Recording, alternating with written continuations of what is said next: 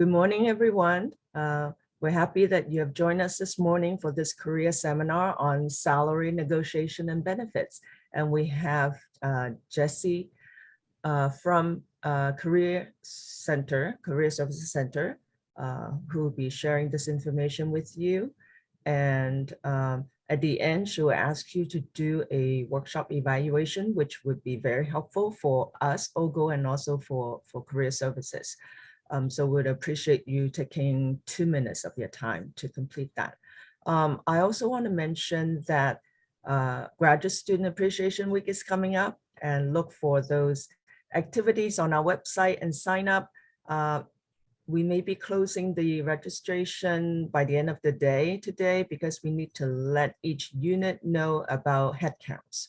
And so that's why we are closing registration today. So if you haven't signed up, please do so. We hope to see you in some of our events next week. With that, I'm going to turn the time over to Jesse.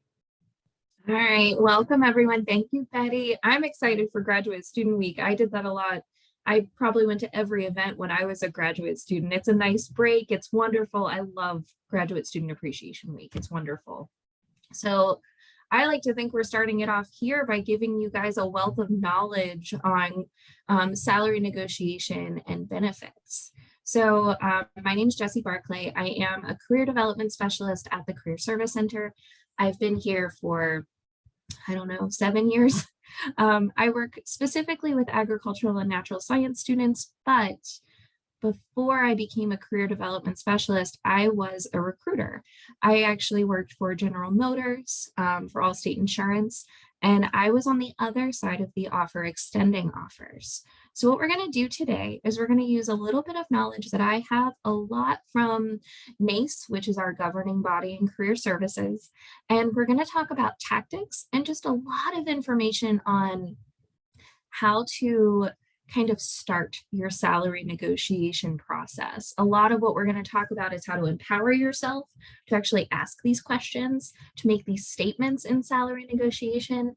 And I want this to be as interactive as possible. So if you do have questions, please put them in the chat and we will talk about things. So that is what I'm going to go over today. If we could, if you hear me fine, can you put a thumbs up or something along those lines so I know you're in here? If you want to put your camera on, that's awesome too. Either way, we're good. Awesome. Okay. So when it comes to, awesome, thank you guys. I will say, when it comes to salary negotiation, it starts with the offer. And the offer stage can be really intimidating because you don't know what to do. I know I didn't when I was first starting out. In fact, when I started after my master's, even though I had extended offers before in my previous career, I didn't negotiate for my first job as a career counselor. I worked for the Mountaineer Challenge Academy. And when I started, I didn't negotiate. And someone else was actually hired at the exact same time with the same credentials and years of experience that I had. They ended up making $10,000 more than I did. And when I found that out, I was like, oh, well, that is a lot of money over a lot of time. So essentially, I want you to always respond with excitement. And that's the first step when it comes to your salary negotiation and to accepting an offer. You're always going to wait for it to get in writing.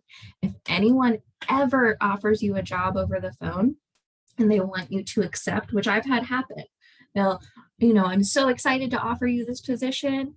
Would you be happy to offer it, or would you be happy to accept it?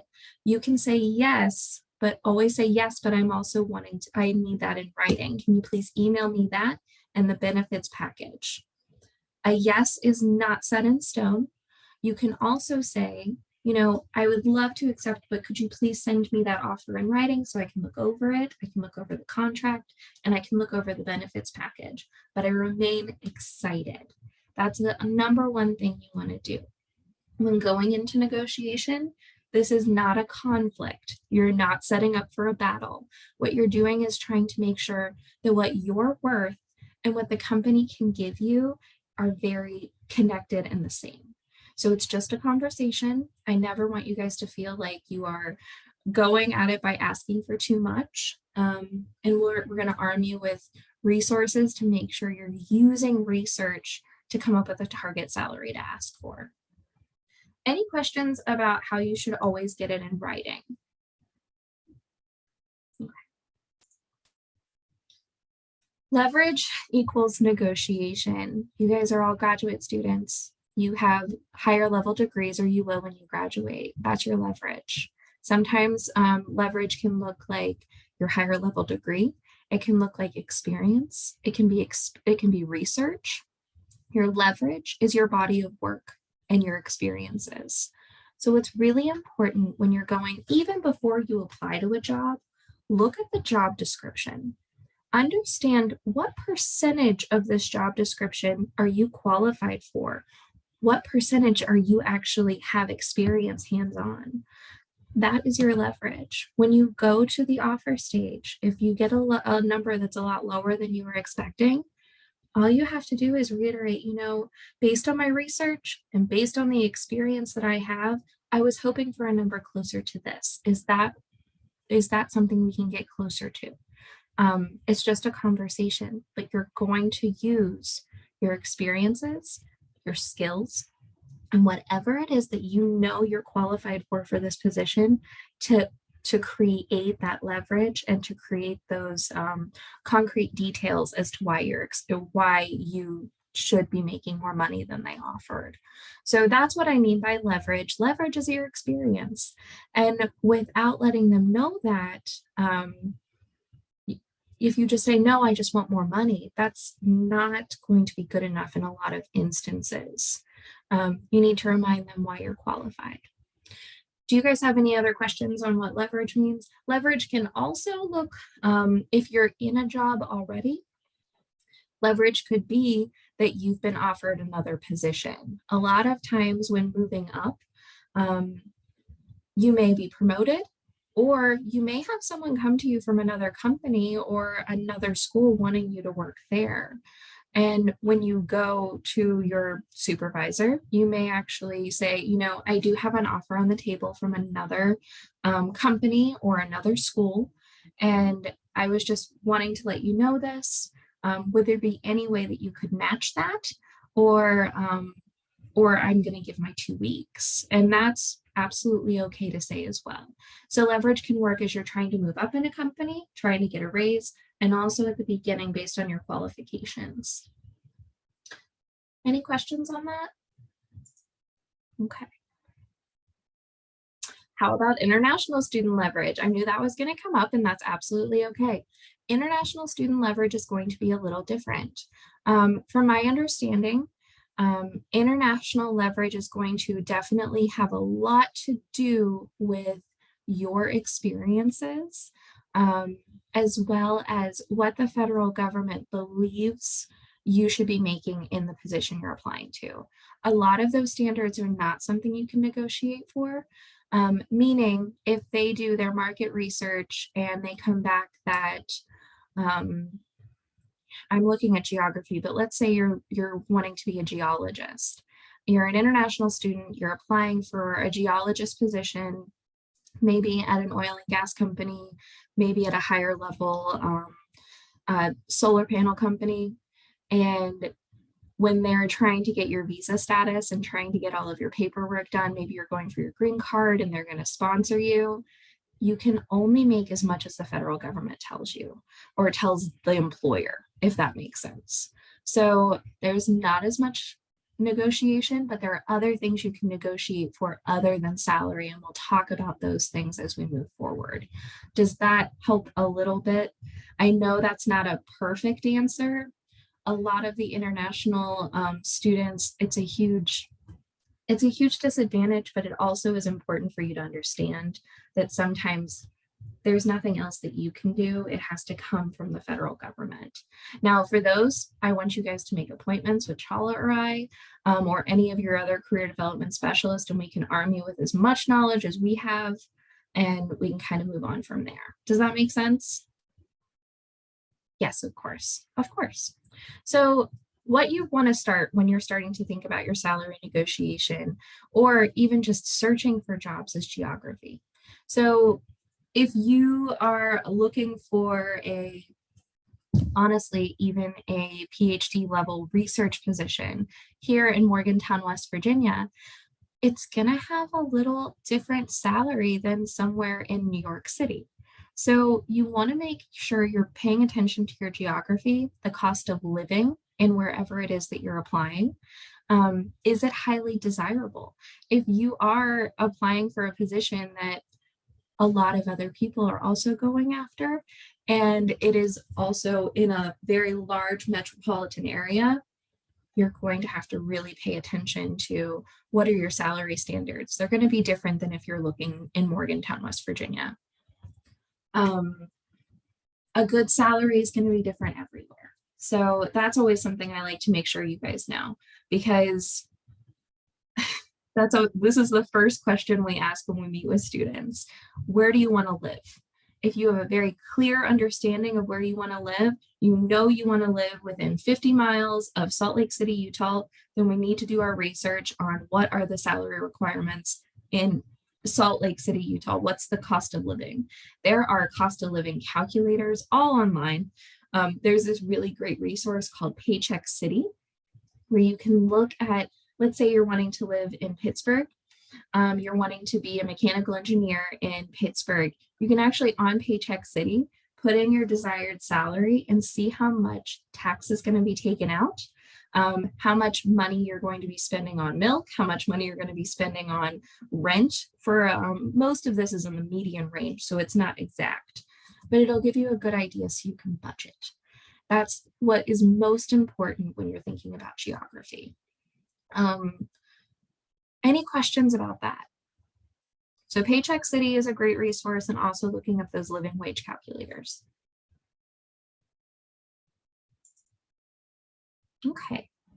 So another thing for you guys to be aware of is there is a big difference between your compensation package and your salary. Your salary is how much money you're going to be making. Your compensation package are all your benefits. Sometimes your compensation package, whether it's medical, 401k, retirement, maybe they're giving you sign-on bonuses, maybe they're paying for childcare, whatever your situation is, whatever package they're going to give you, sometimes it can be a whole other $4,000 on top of your salary just because of the benefits. So that's why it's really, really important for you not to just look at the salary offer. You want to look at also the benefits that come with it and calculate what it's going to be. I know for me, that is a huge thing working for the university. My compensation is a lot more than just my base salary. And so that is important to me. In fact, we should probably have that conversation now. There's no perfect way to do any of this kind of deciding on whether to take a job or negotiating for salary or negotiating for different benefits, but there's an effective way for you. Everyone is going to have things that are more important to them than others. For me, it's really important to have healthcare because I do have a child and I have a husband who we use my healthcare. So having that was worth it for me to take a little bit lower salary. That may not be the case for everyone. So that's why arming yourself with this knowledge, making sure you look at all of the finer details and calculate it all together in a full compensation package is absolutely essential before you accept an offer. Like I said, personal incentive plans, sign-on bonuses, those are all what those can mean. But your base salary is just your salary. Everything else is your compensation package. Does that make sense to everyone? Okay. If not, please ask questions. So yeah, benefits typically comprise approximately 25 to 33% of your total compensation package. That's huge. So just make sure you're paying attention to it. And we'll go over some of the finer details. So what helps you put your salary range together? Now, this is going to be different depending on the type of job. In the federal government, they have salary matrices that are very different than private funded. So in general, though, they're going to be seeing how how qualified are you for the position? Do you check all the boxes in the job description? They're going to look for your GPA. They're going to look for internships and experiences you have. They're going to look to see if you are part of the military or if that's something that they have that's really important to them as an organization. That will also be there. And any other real world experiences that can add to a competitive salary. For you guys, it's also going to be your research. Does your research align with what the values of the institution that you're applying to are? Is that going to help them? Your salary matrix, or what determines your salary range, is really your experience. It's your leverage. And I'm going to give you guys a tool on how to kind of look at that. And you can do that while we're kind of going along, but I'll give you an example. So knowing your worth is, after thinking about where you want to live, knowing how much you need to budget to live and live the way you want to, you need to know your worth. And by doing that, you always need to know, again, using resources. I want you to use these resources to go online, look up the job title that you're applying to, and actually see what the job range is. The one I use the most, I'll be honest, is called salary.com. And I'm just going to show you what that kind of looks like. This is salary.com. It's a free site. It's put on, it's actually, they get their data from employers. So employers have to kind of notify who or what they're paying their employees by job title. And that's where this data comes from. If you look on Glassdoor, it's also great, but it is based on employees. So it's kind of like the rateyourprofessors.com of employers. I've had situations where people I worked with in the past were not happy and they wrote horrible things. I've had people who were happy at companies and wrote wonderful things. You want to take Glassdoor with a grain of salt. Salary.com, Salary Expert, ONET. Most of these in PayScale are going to give you pretty accurate numbers of ranges of salaries for people in the job that you're actually applying for. These are the sites I want you to use. I want you to go on there, put in the job title and the location in which you're going to live, and it's going to give you a bell curve. Okay. Now, deciding what it is that you want to do when it comes to your salary is completely up to you, but it should be based on these things. Your target salary is going to be your worth based on an objective market data. So your target salary, once you actually do your research, you go to salary.com, you go to ONET, you see what the salary baselines are for most of these places based on location. Your target salary is what you're hoping for. So let's say I'm applying to a new position. I know living in Morgantown, I need to make at least $50,000 in order to live the way that I am currently living. But based on my research, this position I'm applying to, most people in this position with my years of experience are actually making 65. My target salary is not going to be 50. My target salary is going to be 65. When you're giving a salary range, you want to start with your target salary, which is not your walkaway point.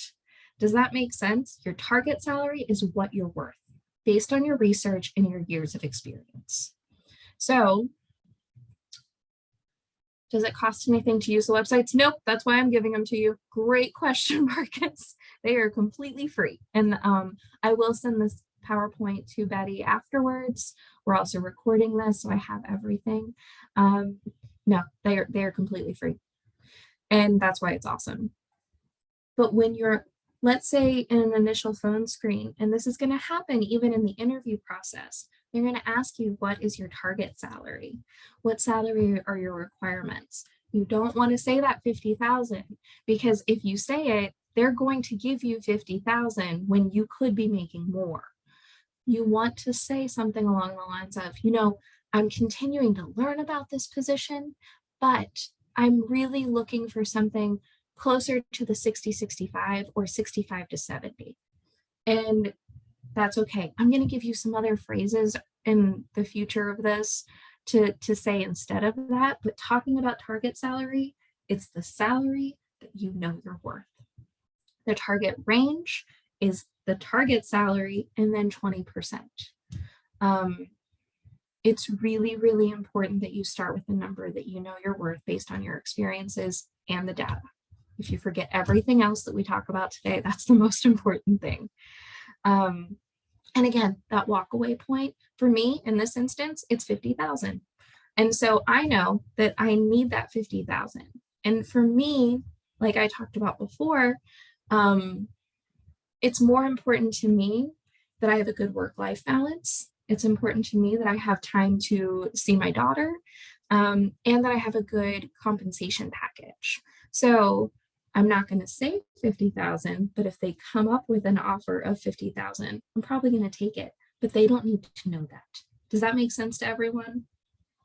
Start with your target salary. That's the number you want to give them, even in the initial conversations. And that's what the number we're also going to use if you get an offer that's lower.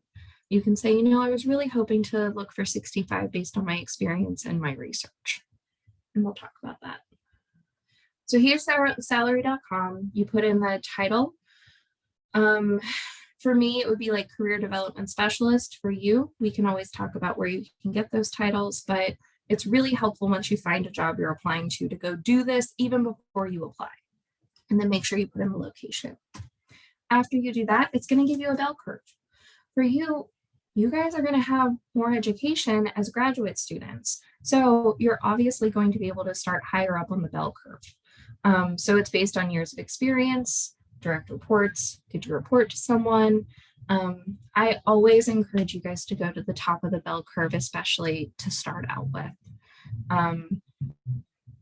And that is where you're going to start getting those numbers. So for this person, for a public relations specialist one, they would probably ask for 49 or 50,000 and then hope that that's within their salary range.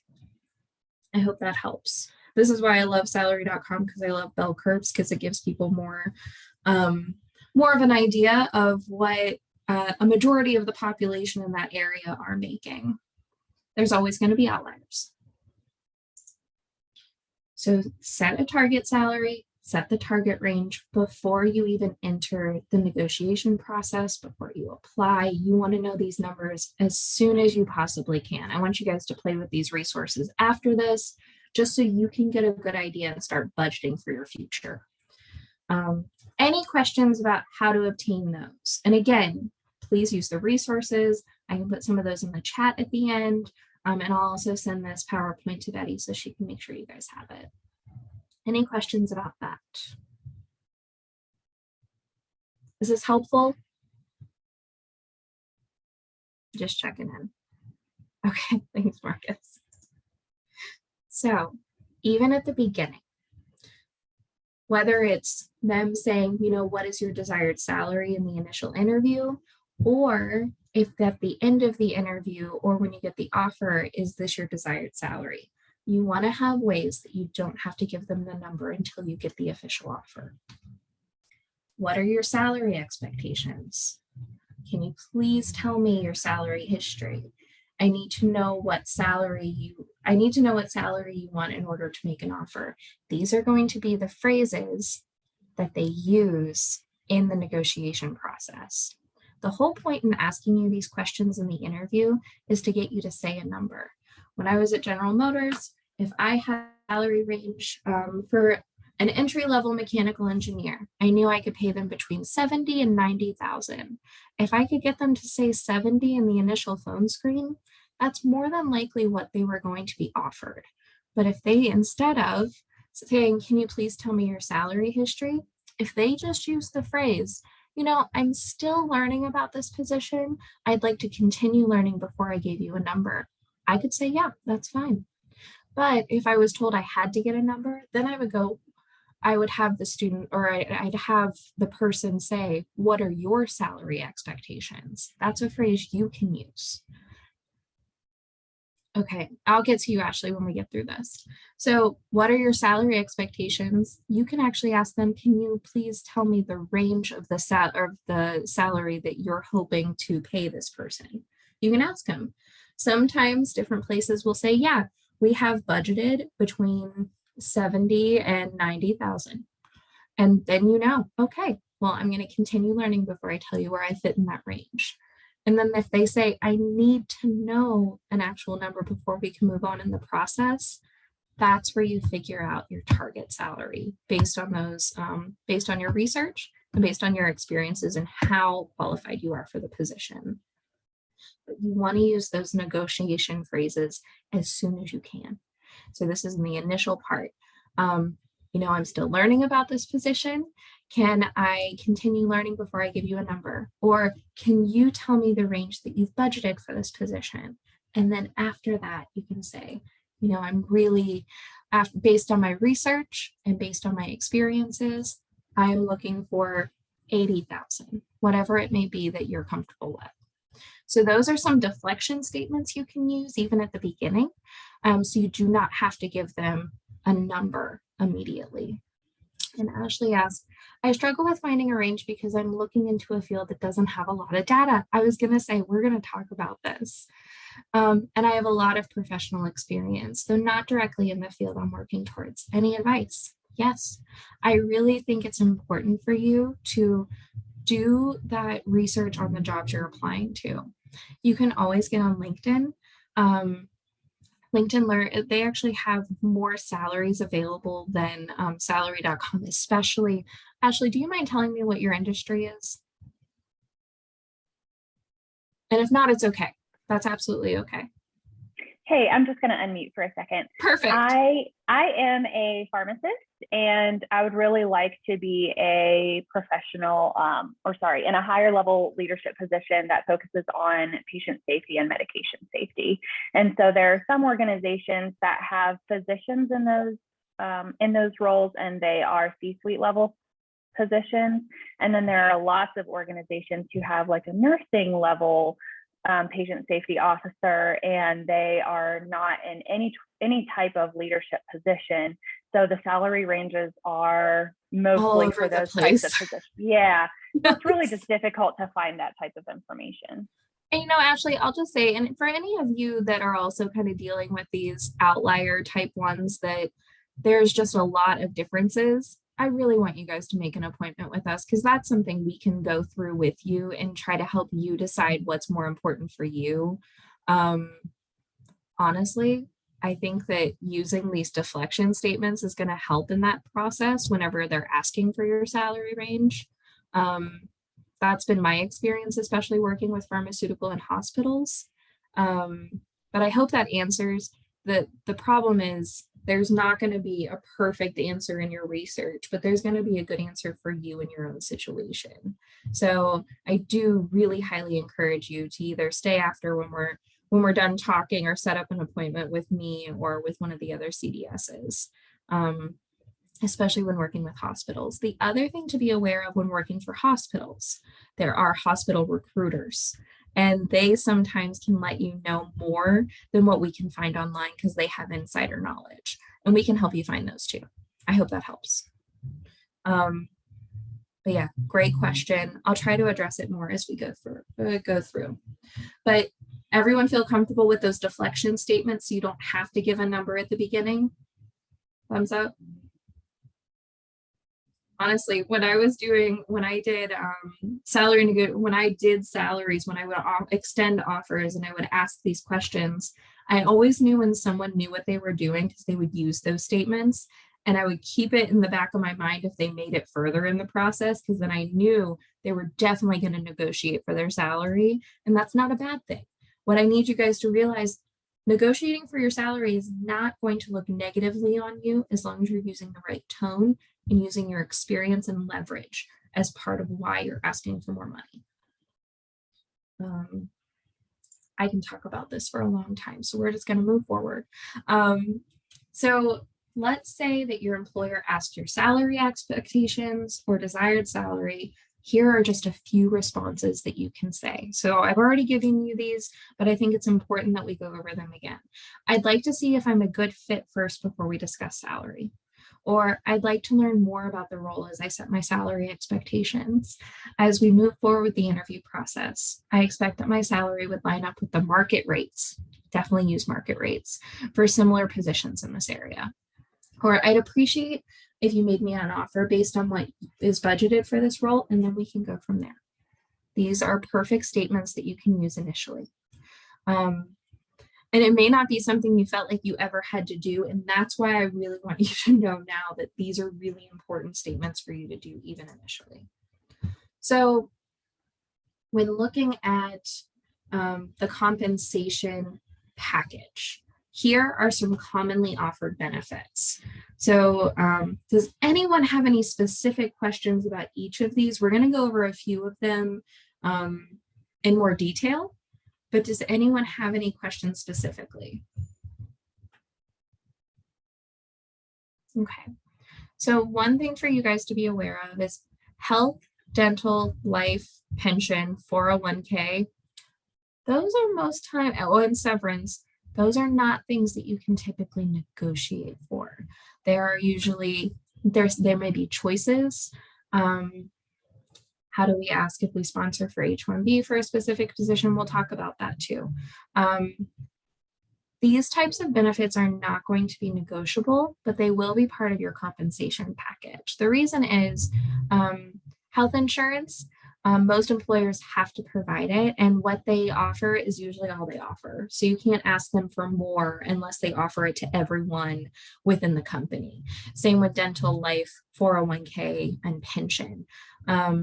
And the severance package, you don't usually talk about the severance package whenever you are doing initial negotiation. Don't be the one to bring that up because that just does not bode well. A severance package is what you get if you are fired or let go from a position. So bringing that up in that part is not necessarily a good thing. But sick leave and annual leave, a lot of times those are things that can be negotiated. And we're going to talk a little bit about that. Bonuses, incentive plans, those are things that can. So these are the things that are negotiable. Sign-on bonuses, stock-based compensation, relocation expenses, work flexibility, and vacation flexibility. When you get to the offer stage, after you get to a salary that you're happy with, or maybe it's more important for you to have work flexibility, maybe working 2 days from home or working in the office more, whatever is important to you. These are the things that you can say, you know, this offer is great. It's 65 like I was hoping for. Is there any room for flexibility on how many days I come into the office? Honestly, with any of these, all you have to do is ask the phrase, is there any room or any way that we can negotiate for this? If you use that, then it will not sound like you're coming up with a conflict. It's just you trying to understand what it is that you can also get from your company to help you make a decision on whether you're going to take the offer. One thing that you guys also need to be aware of is negotiation is part of this process for most people. If you make it to an offer stage, there are so many man hours that go into a company's day that have to do with hiring. By that, I mean, they had to go through the resumes, they had to set up interviews, they had to interview, they had to talk about your interviews and figure out who was a good fit. Typically, there's going to be about 40 hours in just hiring a new person. And if they have to do all of that all over again after the offer stage, no one wants to do that. So typically, if you ask for a couple extra things, they're going to make sure they can do something so that they do not have to go through the whole process again. That's why I don't want you to be afraid of negotiation. It's just a conversation. And these are types of things you can ask for. Most of the time, these are going to be definite things that they're going to put in the announcement for the job, or they're going to talk to you about in the interview. So don't be afraid to ask about it, especially if it's not in your contract or not in the offer that you receive. Does that make sense to everyone? Thumbs up, thumbs down, questions? Thanks, Marcus. So medical things, these are the kind of questions you want to ask whenever you do receive everything. So you get your offer. You want to make sure, does it cover everything or what does it cover? Typically, they're going to send you a link to their medical benefits. It's going to be an outside resource.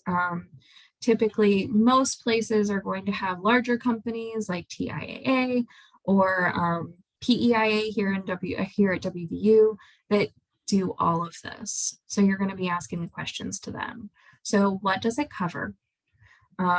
Who does it cover? How much does it cost for a dependent or a spouse?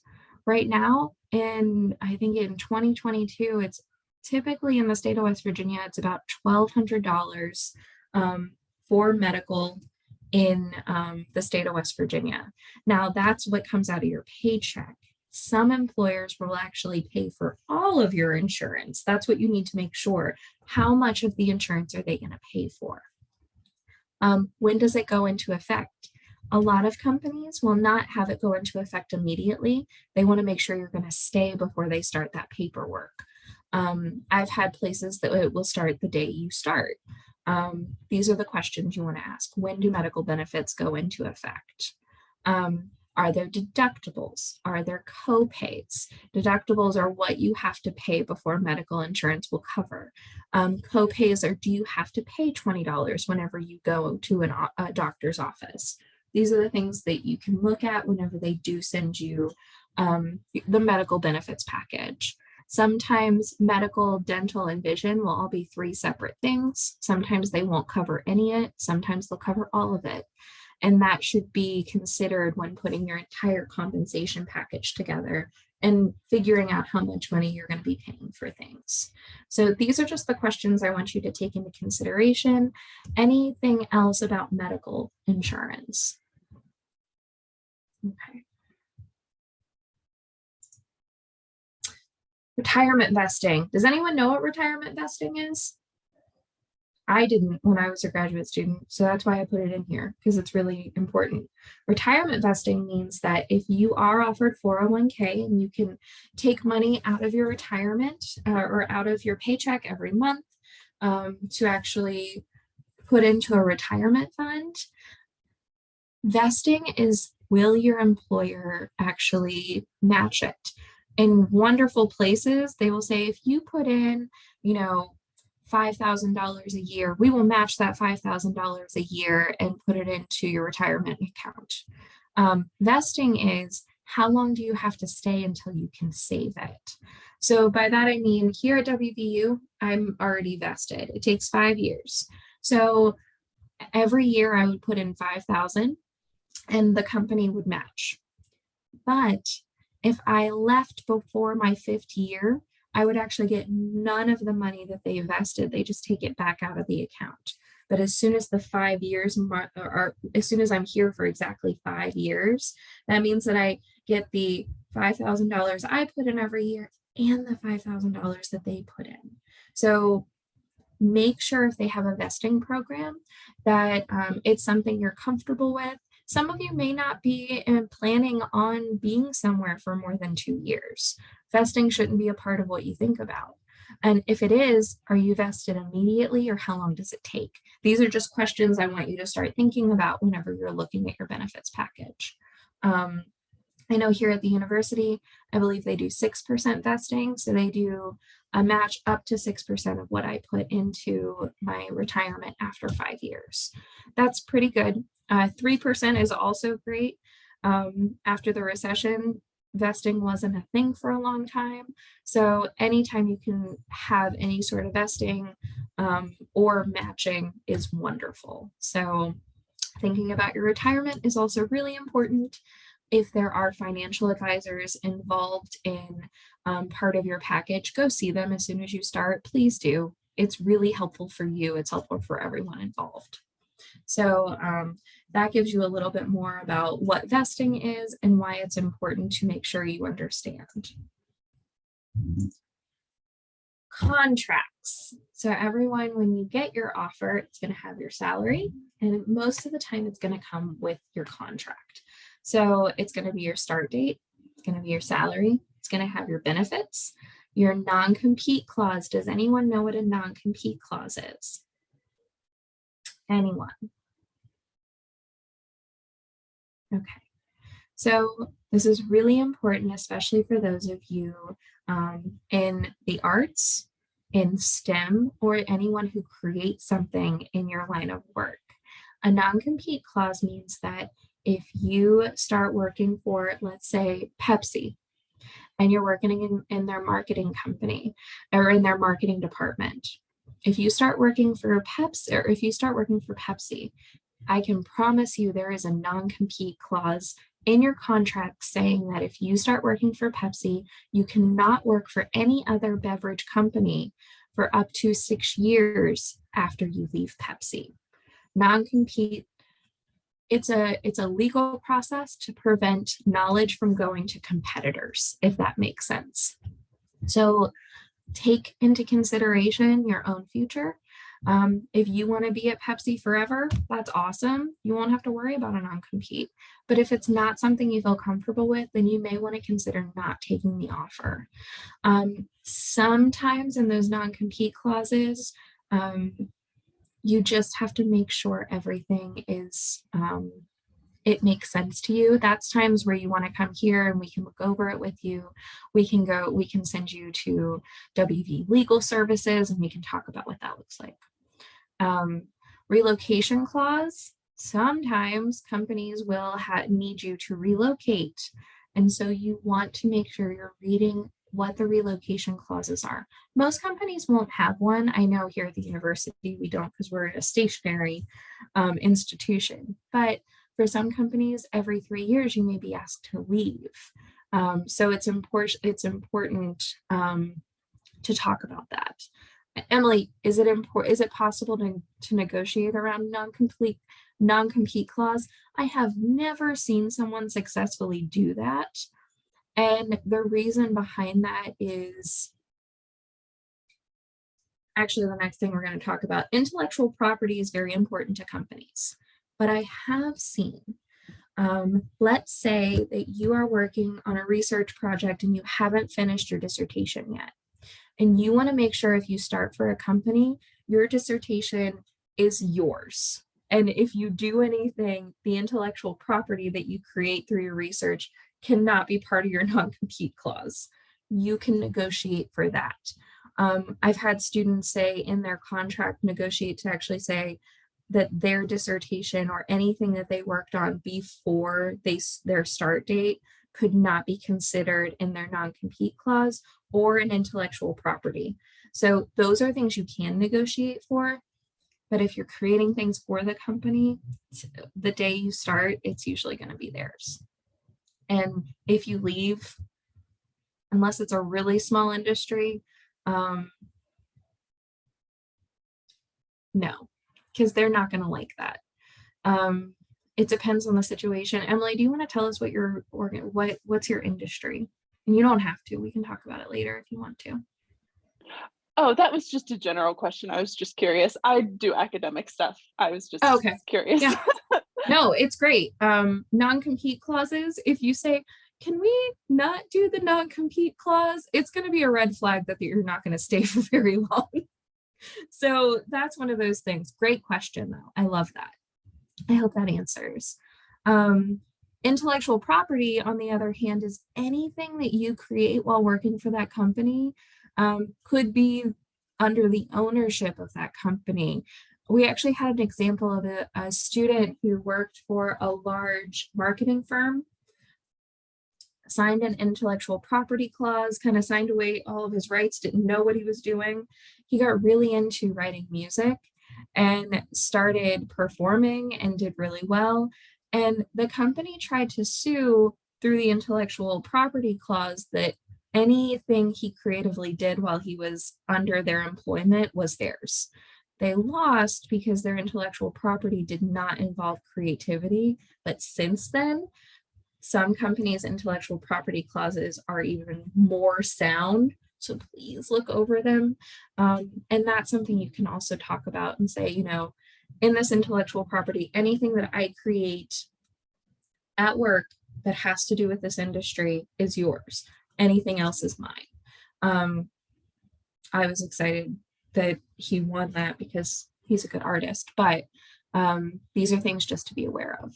And I don't say any of this to scare you or to help or make you think that employers are out to get everything from you. It's honestly just so that they, it's there for a reason. If you see anything on a contract, it's probably because they've dealt with it in the past. It's always okay to ask them questions. That's part of this whole negotiation process. Don't be afraid to email the HR and say, can you tell me more about this? Is this something we can negotiate for or something we can take out? Can you explain it further? That's literally why they're paid. So throughout all of this, I want you guys to know target salary is what you're worth. And all of this is just a conversation. It's just a question. It's just you trying to make sure you're making the best decision for yourself. All right. Any other questions before we talk about rating the importance? Is this helpful? Anything? Okay. So at the end of the day, you want to look at your compensation package, you want to look at your base salary, you want to look at any other benefits that are involved, your walkaway point, which is your personal, what you need to live, as well as what it is that you feel like you deserve based on your experience and research you've done. Now, rating the importance is, these are the things that I really want you to think about. Is the pay good? Is that important to you? Does this fit within your values? Is the location exactly where you want to be, or you're going to have to commute for an hour and a half? Are the benefits good? Work environment. Work environment is so important. I love my job. I am very happy to say that I love my job. I have a great work environment, but I have worked in places where the work environment was not up to the standard that I needed. And so that needs to come into consideration on whether you accept the offer. Coworkers is a little more difficult because sometimes you don't know that until you start. But if you have knowledge on what the coworkers are like, that's also something to take into consideration. Company reputation.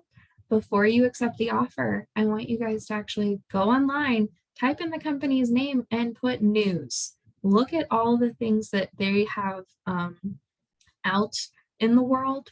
Is it something that, is there anything negative that goes against your personal understanding and beliefs? Or do you really want this job so much that you can look past that? That's up to you. I know in this job that I am in currently, the room for advancement is really not there. And for me, that was okay. But for a lot of people in a lot of industries, room for advancement is really important. So make sure in the interview process you're asking, is there room for advancement, or what would be the next step after this position? That's going to give you more understanding. Job security is another thing to take into consideration. Some jobs may pay really, really well, have great benefits, but only last a year, and then you're up on contract. So it's important for you to be aware of that as well. Are you able to work from home? The pandemic did great things, and one of that was helping people realize that they can work from home and be just as effective. Do you get a company car? Do you get a cell phone, a computer? All of those are perks. But for some people, they don't like having those things because it makes them feel like they are taking work home. These are the things I want you all to take into consideration. And I want you to rate it. What is the most important to you, your value system, you personally, your career, if you have a family, whatever it may be important to you, rate it. And that's going to help you really figure out whether this is a good offer for you or not. I'm sure there's other things on here that we didn't think of, but you know yourself much better than we know you. So that's why we put this list on here. So when you decide to formally accept a letter or a job or reject, you want to make sure it's in writing.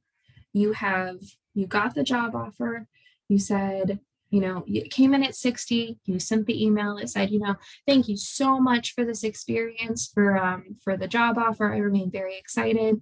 You know, based on my experience, my knowledge, and my needs, I was really hoping closer to 65. They come back and they say, great, we got you 65. Here's the compensation package. You look over it.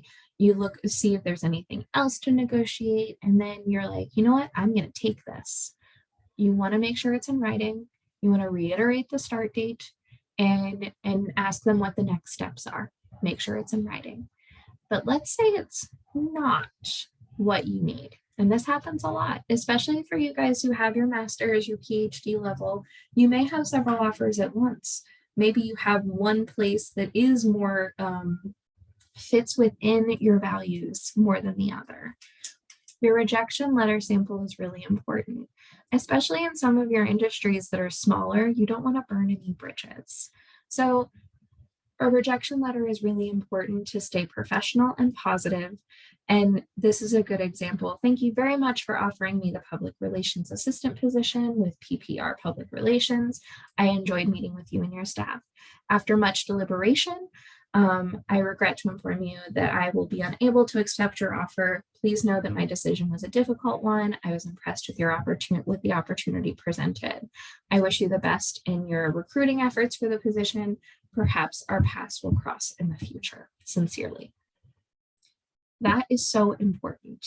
You do not have to tell them that you took another job.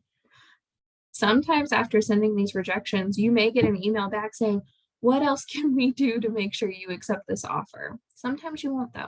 Sometimes they'll go with the second person or they'll start the process over again. But this rejection letter is really important to maintain your professionalism as well as to make sure that you don't burn bridges and keep those connections alive. If you interviewed with a company, they liked you enough to bring you in, they offered you the position, they really wanted you, you want to keep that. So that is kind of the etiquette of what to do when you're rejecting.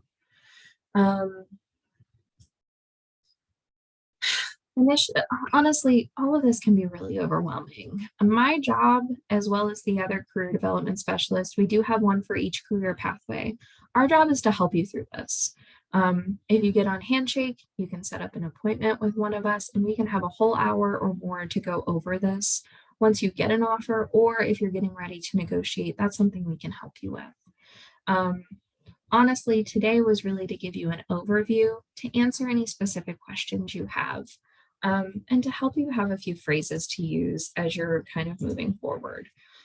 Do you guys have any other specific questions? I have a ton of things that I can talk about, but a lot of that is, I don't want to go too personal in this because we are recording and I just wanted to get the information out. I do have the QR code on the screen. If you guys could go ahead and snapshot that, take the survey so we can make this even better in the future. And I'm here to answer questions. And how do we ask if they will sponsor H-1B for a specific position? That is a great question. So that will happen. I want you to ask that at the offer stage. They should be asking you those questions ahead of time. You can literally say, you know, I'm really interested in this position. I'm very excited for this opportunity. I do require sponsorship. Is that something you would be willing to move forward with? My advice is to wait until the offer, just in case you make such a great impression. I've had this happen with international students. They really want you so much that they will try their best to make sure that they get you the sponsorship. And you want to be able to have that opportunity to do all the interviewing and really impress on them how great you are for the company before they actually say no, if that makes sense. That's usually my best advice. I hope that helps.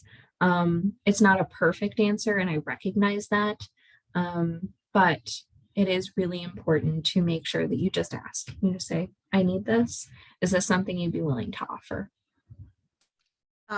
Hi, I asked that question and thank you so much. That was actually the answer that I was looking for. A Oh, little bit of good. a background for that was that this company is a top 500 company and they do sponsor, but they did not specifically say that they sponsor for the position that I was applying for. And I've been through 3 rounds of interviews right now, and I did indicate multiple times that I'm an international, and not at any point did anyone mention anything about sponsorship. So that's why I wanted to ask, when would you think was the best time? And thank you so much. I think this helps me a lot. Okay, good. And if you're in round 3, that's amazing. That's awesome. That's like exactly what we're hoping for. So if they're bringing you in and you've already told them you're an international student probably 3 or 4 times, then I wouldn't be as worried about it. That's Perfect. usually Thank an you. indication. Yeah. Is there any other question? Also, honestly, I just kind of want to hear from you guys. What was helpful that you learned today, or was there something else you wanted to know? I know it's on the survey, but just for me, because I'm doing another one of these on Monday and I want to make sure we're giving all the information we need. Can I have like 2 people say something they learned or something they want more of?